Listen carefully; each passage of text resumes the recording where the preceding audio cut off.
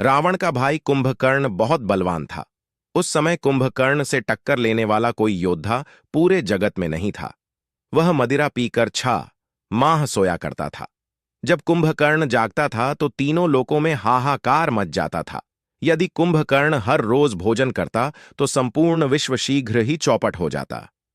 इसीलिए ब्रह्मा जी ने सरस्वती के द्वारा कुंभकर्ण की बुद्धि भ्रमित कर दी थी। रावण ने सीता हरण किया। इसके बाद श्री राम वानर सहित लंका पहुंच गए थे। श्री राम और रावण दोनों की सेनाओं के बीच युद्ध होने लगा। उस समय कुंभकर्ण सो रहा था। जब रावण के कई महारथी मारे गए तब कुंभकर्ण को जगाने का आदेश दिया गया।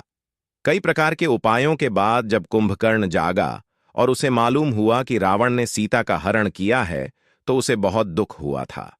कुंभकर्ण दुखी होकर रावण से बोला कि अरे मूर्ख, तूने जगत जननी का हरण किया है और अब तू अपना कल्याण चाहता है। इसके बाद कुंभकर्ण ने रावण को कई प्रकार से समझाया कि श्री राम से क्षमा याचना कर लें और सीता को सकुशल लौटा दे, ताकि राक्षस कुल का नाश होने से बच जाए। इतना समझाने के बाद भी रावण नहीं माना। कुंभकर्ण को पाप पुण्य और धर्म कर्म से कोई लेना देना नहीं था। वह तो हर 6 माह में एक बार जागता था। उसका पूरा एक दिन भोजन करने में और सभी का कुशल मंगल जानने में व्यतीत हो जाता था। रावण के अधार्मिक कार्यों में उसका कोई सहयोग नहीं होता था। कुंभकर्ण राक्षस जरूर था, लेकिन अधर्म से दूर ही रहता था। इसी वजह से स्वयं देवर्षि नारद ने कुंभकर्ण को तत्वज्ञान का उपदेश दिया था।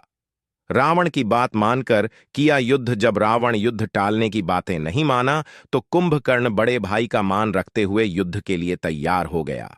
कुंभकर्ण जानता था कि श्री राम साक्षात भगवान विष्णु के अवतार हैं और उन्हें युद्ध में पराजित कर पाना असंभव है।